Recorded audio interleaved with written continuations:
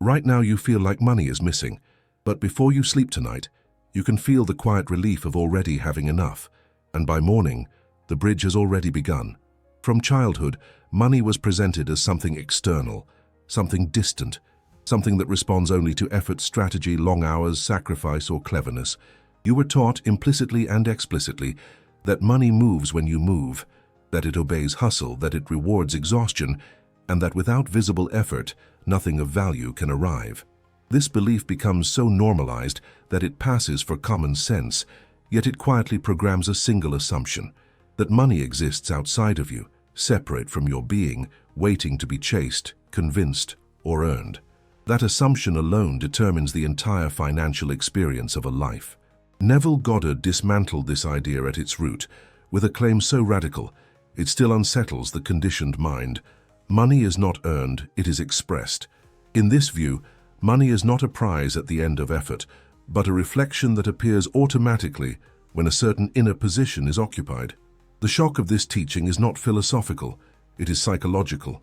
If money is expression, then the question is no longer what must I do, be, but what am I assuming myself to be? Neville compared money to a shadow, and this analogy is precise. A shadow does not move first and invite the body to follow it. The body moves, and the shadow has no choice but to comply. To attempt to chase the shadow is absurd, yet this is exactly how most people relate to money. They pursue effects while leaving the cause untouched. This is why the act of trying to get money carries a hidden confession. Beneath the action, beneath the effort, beneath the affirmations and strategies, the consciousness is declaring, I do not have. Desire reinforced by striving assumes absence, and assumption is the only language life responds to. When you try, you affirm distance. When you strain, you announce separation. The struggle itself becomes evidence of the state being occupied, and that state is not wealth, but lack dressed up as ambition. The tragedy is that most people never question this mechanism. They only try harder, reinforcing the very assumption that keeps money out of reach. Modern language now circles what Neville stated decades ago in metaphysical terms. Identity-based outcomes, coherence between inner state and outer result, the primacy of being overdoing. These ideas appear in contemporary science under different names, but they point to the same axis. Life does not rearrange itself around effort. It reorganizes itself around identity. What you consistently assume yourself to be sets the boundaries of what can appear, not symbolically, but mechanically. Money, like every other condition, obeys this law without exception. This is the promise that frames everything that follows. Not a method to get money, not a strategy to attract it, not a system to manipulate outcomes, but a revelation of why assumption itself is the only currency consciousness recognizes. When the state changes, money must follow, just as faithfully as a shadow follows the body that casts it. You're not poor or rich, you're assuming. At some point, the mind must be relieved of the idea that money is a thing you either possess or lack, as though it were an object moving through space toward deserving hands. Money is not a thing in the way the world has taught you to believe. It is a state of consciousness, and states are not created through action but entered through assumption. This distinction is subtle, yet it changes everything. When you say someone is wealthy or poor, you are not describing their bank balance as much as you are naming the state from which they consistently perceive, decide, expect, and react. Circumstances merely echo that position. Neville Goddard taught that life functions like a perfectly tuned receiver. Nothing new needs to be manufactured for money to appear, just as no new music needs to be created when you change a radio station. The music already exists on every frequency, but only one station plays at a time depending on what you tune into. In the same way, wealth is not produced by effort. It is revealed when consciousness aligns with the state that corresponds to it. When the station changes, the sound follows automatically, without negotiation, strain, or persuasion. From this perspective, actions lose their magical status. Actions do not cause money.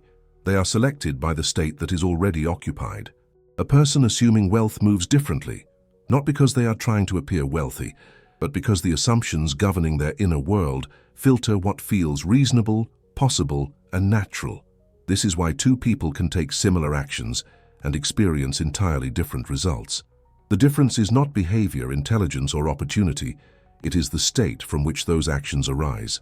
Poverty and wealth, then, are not circumstances imposed by fate or society, but positions consciousness rests in.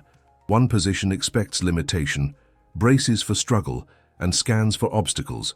The other expects sufficiency, moves without urgency, and assumes support even before evidence appears. These are not moral distinctions, nor are they judgments of character. They are simply states, and states can be entered or exited without force once they are recognized for what they are. When this is seen clearly, effort begins to lose its authority. If money is a state, then no amount of pushing, striving, or forcing can manufacture it, just as no amount of yelling can change a radio station. Only entry matters, and entry is not achieved through action but through assumption. Hard work is often a confession of lack. There is a deeply ingrained belief that effort is virtuous, that struggle is noble, and that money must be convinced to arrive through persistence and force. This belief feels responsible, even ethical, yet at the level of consciousness, it carries an unspoken message. Effort, when used as a means to obtain wealth, quietly declares that money is not present now, that it must be pulled from somewhere else, and that without strain it would never come. Consciousness does not evaluate this declaration morally. It simply accepts it as an assumption and organizes experience accordingly. Neville Goddard warned against what he called struggle consciousness, not because effort is inherently wrong, but because of what it implies about identity. To struggle for money is to assume separation from it. It places wealth on the outside and the self on the inside, creating a gap that must be crossed through force. The irony is that the more intensely one tries to cross this gap, the more solid it becomes, because the trying itself affirms that the gap is real. The mind often mistakes motion for progress. Like someone pushing against a heavy door, convinced it must open outward, enormous energy is expended without result, simply because the basic assumption about how the door works is incorrect. The door was never locked, it opens inward. In the same way, money does not respond to pressure applied from the outside. It responds to a shift of position within consciousness. When the assumption changes, access becomes effortless, not because life suddenly becomes generous, but because the resistance was never external to begin with. This is why effort can paradoxically cancel wealth. The more one strains, the more one signals to the deeper mind that money is distant, difficult, or scarce. Consciousness then reflects that signal with precision. Opportunities appear heavy, gains feel temporary, and relief is always followed by anxiety. None of this is punishment, it is coherence. Life simply remains loyal to the state being occupied. When effort falls away as a strategy for becoming wealthy, something quieter begins to take its place. Instead of forcing outcomes, the inner position shifts. Instead of chasing money, consciousness moves into a state where money no longer feels external or urgent, and it is from that stillness, not from strain, that movement begins to happen in ways that effort could never predict or control. There is a difference so fine that the untrained mind overlooks it entirely, yet this difference separates those who imagine wealth from those who live from it. Thinking of money keeps it at a distance, like an object on the horizon that must be reached someday. Thinking from money collapses that distance completely. It is not a matter of visualization or positive imagery. It is a change in perspective so complete that the mind no longer looks toward wealth, but looks out from it. This shift does not announce itself loudly. It feels ordinary, almost unremarkable, and that is precisely why it is so powerful. Neville Goddard described this as living in the end, though the phrase is often misunderstood. To live in the end is not to fantasize about outcomes or to emotionally rehearse dramatic scenes of success. Fantasizing still places wealth in the future, still treats it as something to be reached. Living in the end means the inner dialogue, the expectations and the silent conclusions already assume completion. It is like the difference between trying on clothing in a store mirror and wearing tailored clothing out into the world. One is temporary and self-conscious. The other is settled and unquestioned. When someone reasons from money, their thoughts change in texture rather than content. The wealthy state does not constantly calculate, hope, or reassure itself. It does not beg reality for confirmation. It assumes continuity. Decisions are made from the expectation of availability, not scarcity. Concerns arise, but they do not spiral, because the underlying assumption is stability. This is why the inner monologue of the wealthy is often quiet. There is no urgency to convince the self of something that already feels true. The mind resists this shift because it has been trained to trust appearances more than assumptions. When the bank balance contradicts the inner position, the old habit is to retreat back into observation and analysis. Yet this retreat is not neutral. It is a return to thinking of money rather than from it. The power of assumption lies in its refusal to negotiate with appearances. It does not deny facts aggressively. It simply recognizes them as echoes of a previous state, not authorities over the present one. Once this distinction is felt rather than merely understood, effort naturally loses relevance. The question is no longer how to make money happen, but how to remain faithful to the position from which money is already assumed. And it is precisely at this point, when the assumption is quiet, settled, and unforced, that the external world begins to reorganize itself in ways the rational mind could never design in advance. There comes a moment when assumption begins to feel unstable, not because it is weak, but because it is challenged by what the senses report. The eyes look, the mind calculates, and the bank balance appears to testify against the inner position you are occupying. This is where most people retreat without realizing it. They assume they are being realistic, grounded, or responsible, when in fact they are simply allowing effects to overrule causes. Sensory evidence feels authoritative only because it is familiar, not because it is creative. Neville Goddard was unwavering on this point. Facts do not create states, states create facts. What you see is not the origin of your condition, but the residue of an assumption previously held long enough to harden into form. To treat current circumstances as causal is to reverse the order of creation. It is like allowing a witness to cross-examine the verdict after the trial has already ended. The testimony arrives too late to change the cause, yet the mind grants it power anyway. This division produces what can be called a split consciousness. One part of the mind assumes wealth inwardly, while another part keeps checking, measuring, and doubting outwardly. These two positions cannot coexist without friction. Doubt is not a neutral thought, it is allegiance. To doubt is to remain loyal to an expired state, to keep feeding attention to a position that has already been mentally abandoned. Consciousness cannot serve two assumptions at once, and it always reveals which one is dominant through lived experience. The subtlety here is that doubt often disguises itself as caution or intelligence. It claims to be protecting you from disappointment, yet its real function is preservation of the familiar. The known, even when uncomfortable, feels safer than the unknown assumption of wealth. Sensory evidence becomes the anchor that keeps consciousness tethered to what has already been, rather than what is being assumed now. When assumption stabilizes, something interesting occurs. The outer world does not immediately transform in dramatic ways, but it begins to lose its power to provoke reaction. Facts are seen, acknowledged, and mentally placed where they belong, as temporary reflections, not final statements. This quiet refusal to grant authority to appearances is not denial, it is understanding. And it is from this understanding that life begins to rearrange itself, not through force, but through a natural reordering that requires no supervision from the anxious mind. Money never comes the way you predict. One of the greatest misunderstandings about assumption is the belief that consciousness must also control the sequence of events through which money appears. The mind wants a straight line, a visible plan, a predictable route from assumption to fulfillment. Yet life does not operate in straight lines, and assumption does not require your approval of the path it chooses. This is where frustration often arises, not because assumption has failed, but because the intellect expected a specific form and timing. Neville Goddard referred to this unfolding as the bridge of incidents, a chain of seemingly unrelated events that lead inevitably to the assumed end. From the limited perspective of the rational mind, these events can appear random, inefficient, or even contradictory. Opportunities arrive disguised as inconveniences. Delays turn into redirections. What initially feels like a setback quietly becomes the very condition that allows money to appear. The bridge is only obvious in retrospect, never while it is being crossed. This is why money so often arrives sideways. It may come through a conversation you did not expect, an idea that feels almost accidental, or a situation that initially appears irrelevant to finances altogether. The mistake is assuming that money must arrive labeled as money from the beginning. Consciousness is not bound to linear logic.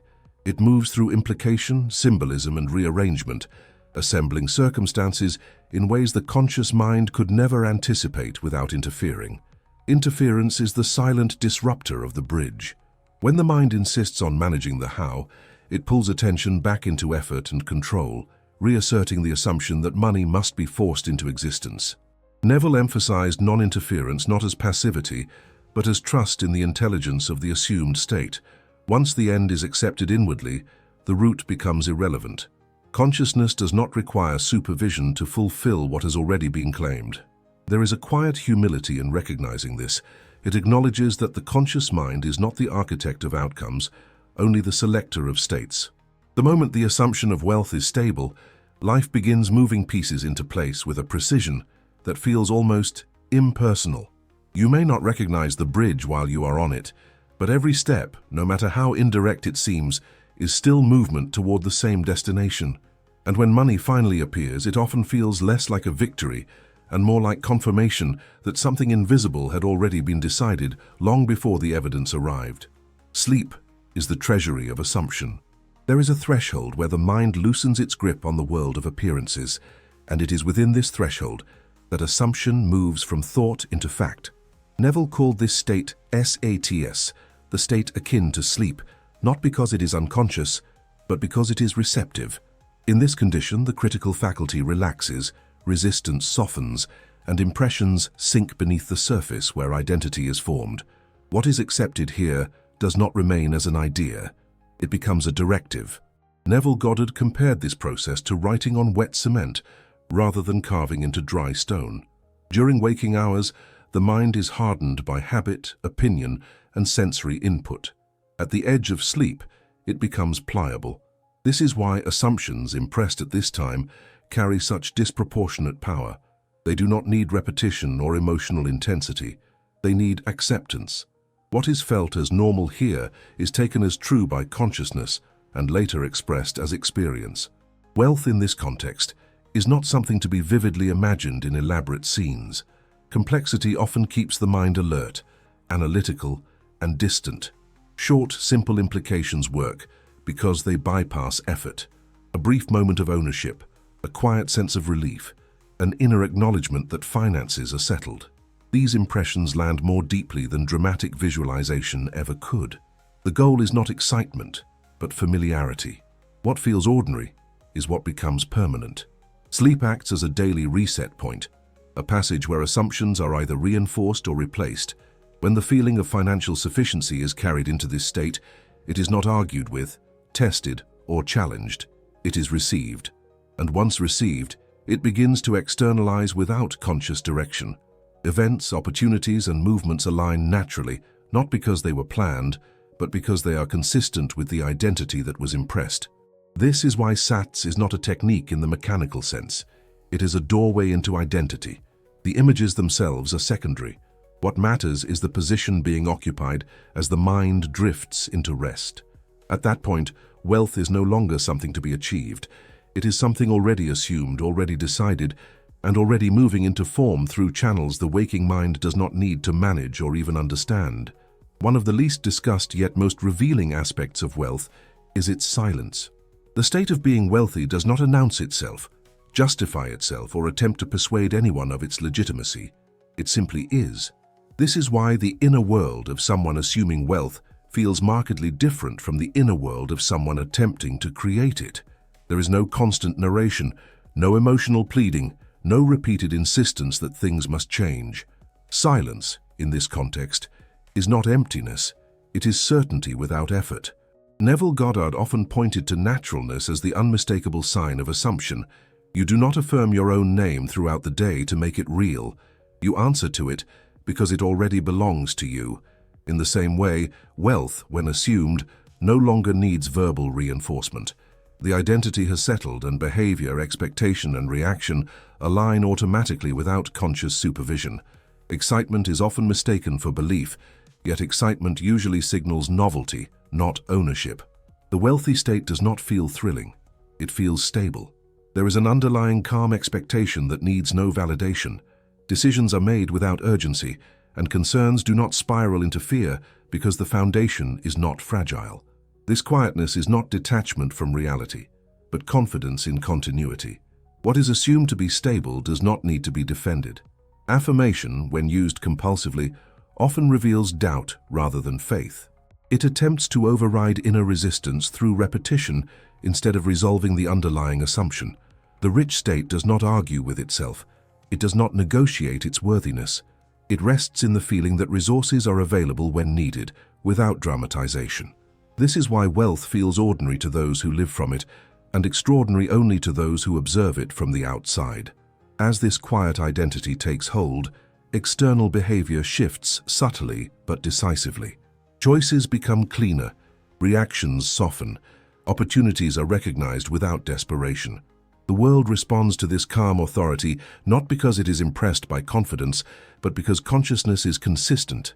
And consistency, more than intensity, is what allows an assumption to solidify into fact. At the core of Neville Goddard's teaching is a principle so foundational that everything else merely unfolds from it: the sense of I am. This is not a phrase repeated aloud, nor a philosophical idea to be contemplated, but the silent awareness of being that precedes all labels, roles, and conditions. Before wealth or poverty, before success or struggle, before confidence or doubt, there is only this fundamental feeling of existence.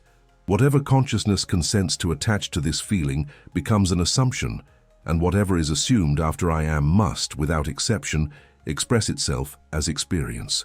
Money does not stand outside this law. It is one of its most faithful demonstrations. When Neville spoke of God as human imagination, he was not elevating fantasy or wishful thinking. He was pointing directly to the creative faculty that accepts reality inwardly before it ever appears outwardly. Imagination, in this sense, is not the ability to picture images, but the capacity to inwardly accept something as true. The moment a condition is accepted at the level of identity, it is no longer a desire. It is a fact in gestation. Money responds to this acceptance not symbolically, but structurally, because it exists as an arrangement of agreements, opportunities, and movements that reorganize themselves around identity. This is why money often reveals the state of I am with brutal honesty. It does not respond to affirmations spoken from anxiety or visualizations fueled by longing. It reflects the deeper position being lived from. If I am is quietly defined as unsupported, money mirrors instability. If I am is assumed as secure, capable, and entitled to sufficiency, money aligns with that assumption without drama. The law is not moral and it is not selective. It does not care whether the assumption is conscious or unconscious. It simply expresses whatever is most consistently assumed. One of the reasons money is such a powerful mirror is because it is impersonal. Unlike relationships or health, which often carry emotional history and subconscious complexity, money has no memory. It does not remember past failures or successes. It does not hold grudges or attachments. It simply reflects the present state of identity. This is why money can change rapidly when I am changes, sometimes even before the conscious mind has fully adjusted to the new position. The external shift feels sudden only because the internal shift went unnoticed. Wealth in this framework is no longer a goal to be pursued, but a signal to be interpreted. When money flows easily, it is not praising effort or intelligence, it is confirming coherence. When it feels blocked or unstable, it is not punishing or withholding. It is revealing a divided or conflicted assumption at the level of identity. Seen this way, money loses its emotional charge. It becomes informational rather than intimidating, a form of feedback rather than a source of validation or fear. This understanding dismantles the belief that money must be chased, convinced, or earned through personal worthiness. Worthiness is not negotiated in the law of assumption. Identity is assumed, not proven. The world does not ask for credentials before it reflects consciousness. It simply mirrors what is lived inwardly. When I am is anchored in authority rather than need, money responds accordingly, not because it has been commanded, but because there is no contradiction for it to reflect. The authority Neville spoke of was never dominance over circumstances, but alignment with cause. To assume consciously is to stand at the origin point of experience rather than reacting to its echoes. From this position, money is not something that grants power or security. It is something that demonstrates the power and security already assumed. This reverses the emotional dependency most people have with finances. Instead of money determining how one feels, one's feeling of being determines how money appears.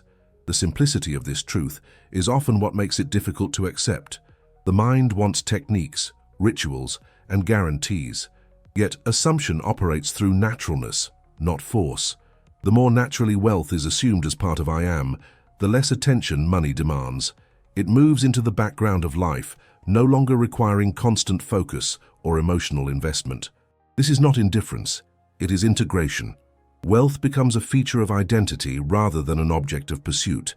In the end, money does not obey effort, desire, or even belief in the conventional sense. It obeys assumption because assumption defines identity, and identity is the only cause life recognizes. When I am is assumed as provided for, capable, and sufficient, money must appear as confirmation. Not as a miracle, not as a reward, but as evidence that consciousness has already decided who it is. When everything is stripped down to its essentials, the truth reveals itself with unsettling simplicity.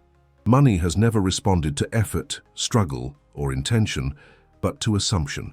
Movement in the outer world has always been secondary, an after effect rather than a cause. Consciousness decides first, and life follows.